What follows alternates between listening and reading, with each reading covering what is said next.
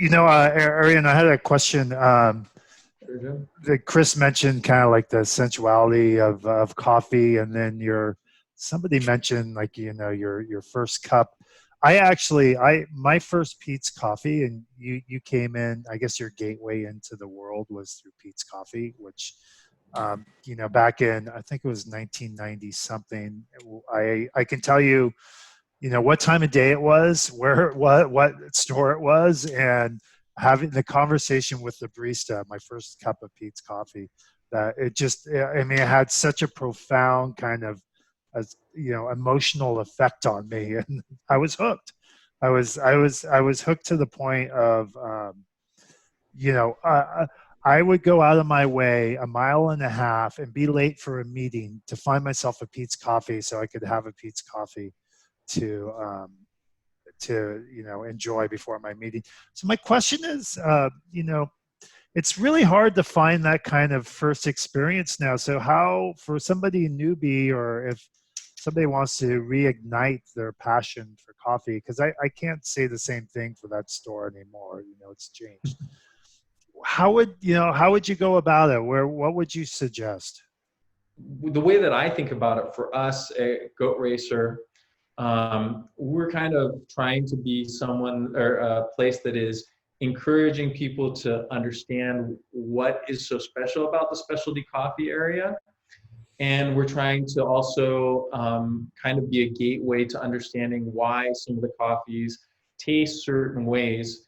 But we're trying to kind of keep it a little bit more traditional. I think when I think about coffees and I think about Pete's, or I always think about Pete's because that was growing up in Berkeley. That was kind of the coffee place. So you think of it as the start of specialty coffee. And so I think that it is pretty difficult. I go around and I try stuff, and even my palate changes and develops as I try different things. So I think it's a really hard one. I think that the key thing is, you can tell really quickly, I feel, if you're going into a place that is open and engaging to their customers, where they know that there's a lot of people who are maybe trying stuff new, or trying something different, and being able to explain to them, and being warm and friendly, and also not being arrogant about it. And I think that then it creates this totally different kind of relationship with what's going on with the coffee. Because as soon as the person is giving you that attention, compassion about everything that's going on there, and helping the customer become a little bit more educated, the barista is also able to offer something that's a little bit better. The issue that I have a lot of times with that is that in the Bay Area, you have a lot of people who, or a lot of people, it tends to be, maybe it's not as bad as it used to be, but you have the baristas who think that they know everything in the whole world, and they just think of their customers as these unknowing, unwanting to know, not um, hoping to understand why this coffee tastes this way, and they don't like it. Well, The yeah, roast. I think this question of how we interact with coffee emotionally and physically is really critical. And you know, Arian and I have already had some experiences with. There was this one cafe that we used to hang out pretty regularly, and even more regularly, Bika on College Avenue. Mm. And it was just in my walking path back and forth to work and to BART. So I started just stopping there and having coffee. And I became really close friends with a couple of the baristas. And then I met Arian, and he's like, "Oh yeah, that's the best coffee place in the Bay Area," or something like that. And it was like, then Arian and I started going there.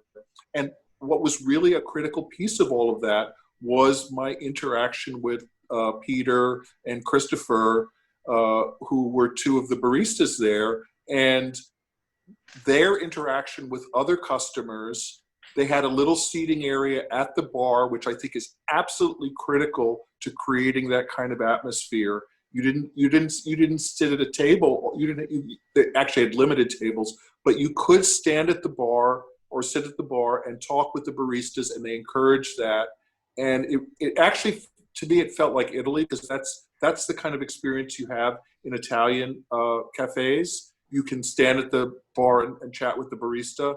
In most American cafes, it's kind of discouraged. The barista is a little bit separated from the people who are taking the cash and not really interacting with the customers because they're so busy. Do you want to comment on that, Arian?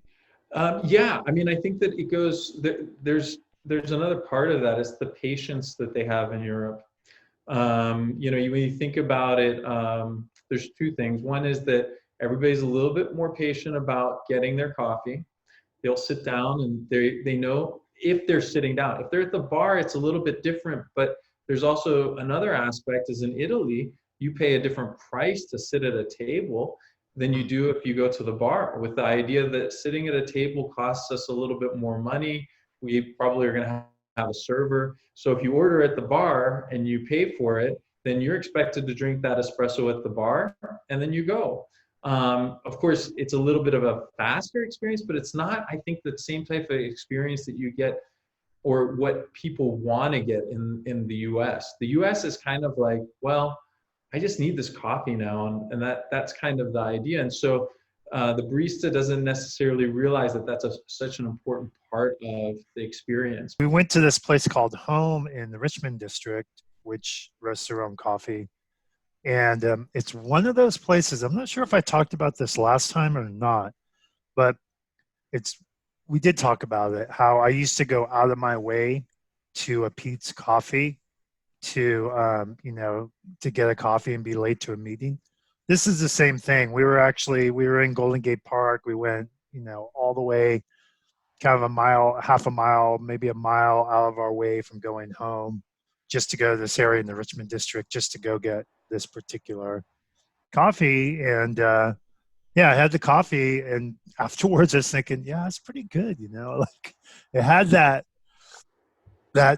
feeling that I like coffee to have. Like, yeah, I think I might go back there, just like a heroin addict thinking, yeah, maybe I'll go back and see what my dealer's up to. I guess, I don't know. I'm not a heroin addict, but I think you get the analogy. Yeah, well, I had a question about that as well. Do you order the same thing from them, or are you confident enough that everything that you get from them is of a quality that you enjoy? Yeah, that's a fantastic question. So it all starts, I think, with the coffee. And so far, I think I've done 2 cappuccinos and 1 drip. Okay. And it's kind of like what I'm in the mood for, what coffee thing I'm in the mood for. And I haven't actually bought the beans and brought them home yet, but that's probably my next step. So as long as the coffee itself, I feel, has the quality of the beans and their roasting has that kind of threshold, then I'm pretty good with whatever they make, assuming, of course, that they have a competent barista.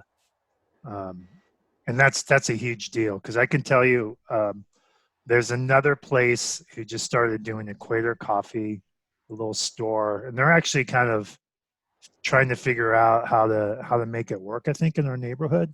They originally opened as a very high-end kind of wine and cheese place. And of course, now lockdowns happen. It's just like, whoops, very bad timing. So now they're getting Kraft and Wolves pastries, and I think they're doing Equator Coffee, but they have a bad barista, and so they don't really know how to make a cappuccino. And my wife, having spent 10 years in Italy, is very particular about how her cappuccinos are made. So that's kind of I have to have that trifecta. For me, I think it's more important you have the good coffee to begin with, the good base, of good tasting, well roasted. It's going to taste. But I think with anyone else around me, I have to have the confidence that they know how to prepare it as well. I think it's absolutely true. I mean, you can have fantastic coffee, but if you're not taking care of the milk, and then the other thing about it also is just not maybe understanding what can happen to the coffee that comes out of the portafilter that goes in there. because, you know, depending on what the speed is and depending on the grind, and then also depending on the volume of coffee that you have in that basket. And there's a lot of things that go into play there. And I would say that, like, I would consider myself like intermediate as a barista, understanding. Practically, probably not beginning, but definitely the practice of going through it takes some time and understanding, and that I'm probably not quite as far along. But there's a lot of stuff that goes into play there. That's a huge, huge thing. And depending on what type of espresso they're going for, if they're going for a traditional Italian type of espresso, or if they're deciding to go with an espresso that is more designed for milk drinks. Interesting. On the flip side of that, though, is also an espresso needs to be strong enough. So sometimes when these coffees are roasted for an espresso but are lighter roast, they also have to increase the amount of grounds that are being put into the basket, where, you know, for the espresso machine. Because if you're doing a lighter roast, then you're going to have to increase the amount of coffee that's in the basket for the espresso drink. Because if not, then you're going to end up with flavors that don't come through the milk as well. Whereas stronger, darker roasted espresso, you can probably do the normal, it's about 8 grams of coffee. And something that's more fruity, you're probably going around 19. You could go as high as even 20, but then you also have to change the basket depth.